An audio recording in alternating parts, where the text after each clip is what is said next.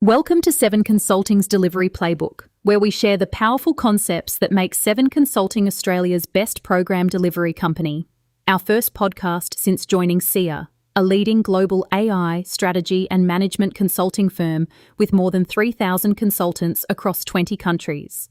In this session, we are talking about the common mistakes and mitigations for modern ERP implementations. Very exciting news, and it's great to be back.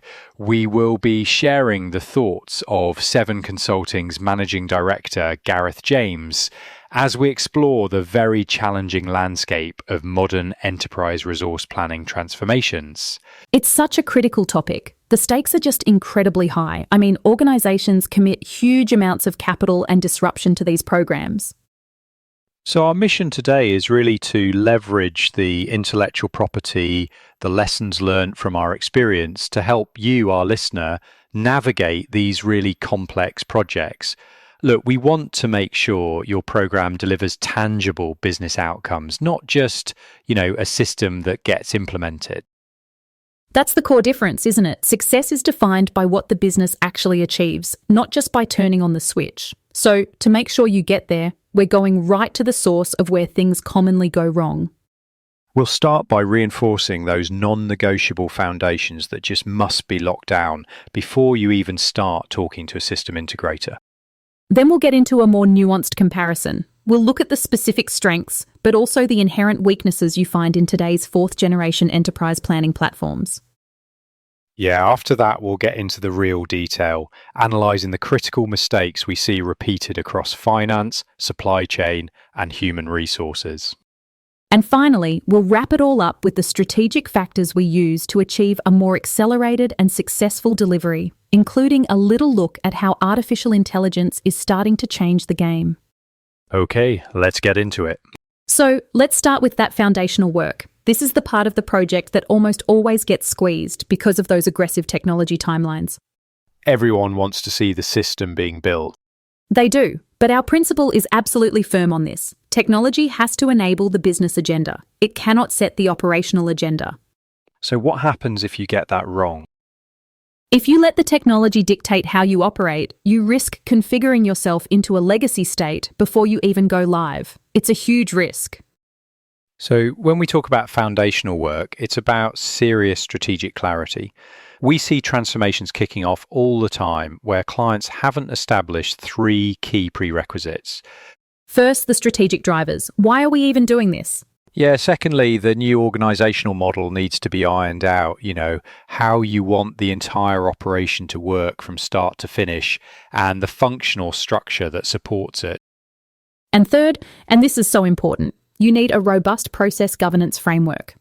This isn't just a nice to have document, yeah? This defines who owns which process, how you resolve conflicts, and you will have conflicts, and how you maintain that process integrity long after the project team has gone home. It's the anchor, really. Yeah, it is.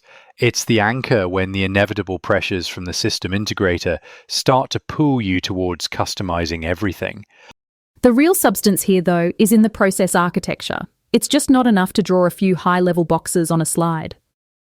Not at all. We mandate mapping that process architecture down to what we call level 2, the activity model. And that level of detail has to include critical things like regulatory controls, service level agreements, how quickly a process has to respond. An operational level agreement, so the promises teams make to each other internally. If you don't map down to that activity level, you just miss the real integration points and the failure modes. Look, we have to ask you, the listener, right now, do you really know your current as-is process from end to end? I mean, deeply. Have you really assessed the specific bottlenecks? Is it the system slowing things down, or is it the people, the handoffs? And have you calculated the actual impact on your user's experience right now? Because if you don't have that rigorous baseline, you have no way to measure the benefit of the new system you're building. You're just relying on faith, not facts. And that strategic clarity leads you right into effective scoping. You have to set clear priorities that guide every single decision in the design phase. We use a really clear hierarchy for this to stop the system from driving the train. It has to be process first, driving the decisions that then inform the system selection and the configuration. And only then do you get to issue mapping and gap analysis. If you lead with system capabilities, you will spend millions of dollars just configuring your existing organizational inefficiencies into a new expensive platform. Okay, so once that strategic groundwork is solid, then we can look at the technology that's designed to execute on it. And when we talk about a modern fourth-generation enterprise resource planning system, we're really talking about a complete paradigm shift from those old client-server models of, say, 15 years ago. Oh, absolutely. The defining characteristics are really important to understand. First, they are genuine cloud-native suites with real-time analytics built right in. Second, they rely on a unified data model across functions. This is a massive shift. It allows finance and operations to finally share a single source of truth. Number 3, they embrace frequent releases and low-code extensibility. Yeah, this is great because you're constantly current, but it also means constant organizational change. It's a new muscle to build. Fourth, they have truly embedded artificial intelligence and machine learning. This is for automation, for predictive insights. It's not just a bolt-on anymore. Number 5, in the finance space, they allow you to strip away the constraints created by the ledger, sub-ledger structure and bring transaction-level data into the model. This delivers much richer data analytics opportunities. And finally, we're really starting to see the potential of composable architecture options coming through, moving away from those huge monolithic builds of the past. But, and this is a big but, no single platform is the best at everything. You have to understand the nuance between the major players: SAP S/4HANA, Oracle Fusion, Workday, and Microsoft Dynamics 365. Let's compare a little bit. Okay, let's take finance. SAP S/4HANA has its universal journal, which is a single source of truth. It's fantastic for a real-time financial close. It is, but here's the caveat. Migrating from older SAP environments is notorious for its complexity. Why is that? It's because of years of custom code debt and, frankly, messy data quality. It all requires this massive cleanup before you can even convert. And that often causes the migration timeline to run 30, maybe even 50% over plan. It does. But conversely, Oracle Fusion is really strong in its use of artificial intelligence. It's great for detecting anomalies, managing complex global ledgers. But because it's so modern and so heavily integrated, the learning curve for configuration and that detailed role-based security can be really steep for implementation teams who are used to the older, more siloed modules. And then you have Workday, which is phenomenal, especially with its multidimensional work tags and built-in planning. It's really designed for agility. It is. But due to its history, it still has some limits on its capacity for those ultra-high volume subledger functions, compared to the heavyweights. You have to know what level of transactional volume your finance function actually needs to handle. Let's switch to human resources. Okay. Workday is praised globally for having the best employee user experience and its Skills Cloud functionality. There's a but? But if you're a multinational organization, its native global payroll is still limited to only a handful of countries. That immediately forces you into complex integrations with external payroll providers, which adds significant scope and risk. Right. And while SAP SuccessFactors offers localization for over 100 countries, a huge advantage for global companies, it's still a separate suite. It requires integration with the core S/4 system. So it's just a different flavor of integration complexity, really. Exactly. And finally, supply chain. SAP S/4HANA still offers the deepest manufacturing capabilities on the market, period. But that depth, that ability to configure everything, comes with a clear risk. The temptation to customize. Yes, the temptation to customize. Every single piece of custom code you write increases your technical debt, and it makes every future upgrade harder and more expensive.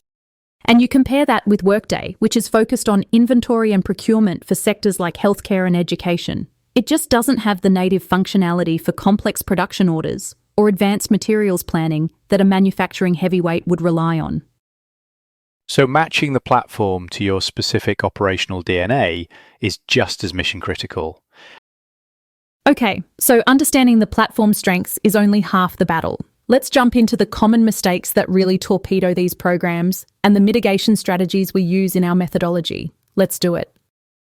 Mistake number 1 is the one we see most often: jumping the gun.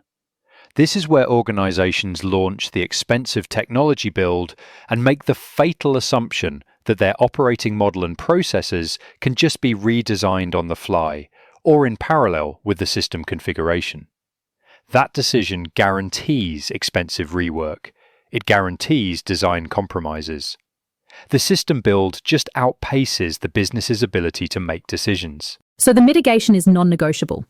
Yeah, you have to complete the necessary redesign work on your organizational models, your service delivery models, and your end-to-end processes before the technology delivery phase begins. You need that clarity locked down. You do, to avoid redesigning processes after the system has already been configured to the wrong state. Next up, we see a lot of functional blind spots, especially in finance. A major error is not adequately preparing the finance team for the full impact of a chart of accounts redesign. People think it's a technical exercise. It's not. It fundamentally shifts how finance analysts do their jobs, the reports they generate. It touches every single control and workflow. So how do you mitigate that? You have to spend sufficient time in that upfront operating model design to plan for what we call the future of finance. That means moving toward a fat ledger, a ledger that captures much more detail and dimensionality to really unlock the real-time analytics of a modern system. If you rush it, you get new tech but old, clunky reporting capabilities. Exactly. Okay, in supply chain, the recurring mistake is not rationalizing your physical components, like your stock keeping units, and failing to fix broken procurement processes before you start the system implementation. You are essentially pouring a new, fast engine into a rusting chassis. It just doesn't work. The mitigation is always process first. Always complete the necessary redesign of the end-to-end product structure before the tech build begins. If your current procurement process has 30 manual steps, a new cloud system only lets you do those 30 manual steps faster. You have to design the efficient process first. And a major headache we see in human resources is running a big payroll replacement at the same time as a human capital management system replacement. Oh, the parallelism problem. It leads to exponential integration complexity, it extends timelines, drives up system integrator costs. It's just a nightmare of overlapping testing cycles. So what's the advice? We advise against it.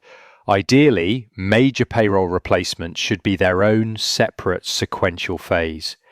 If you absolutely cannot avoid running them in parallel, you must ensure you have substantial extra funding and time allocated specifically for end-to-end testing, because the complexity is immense.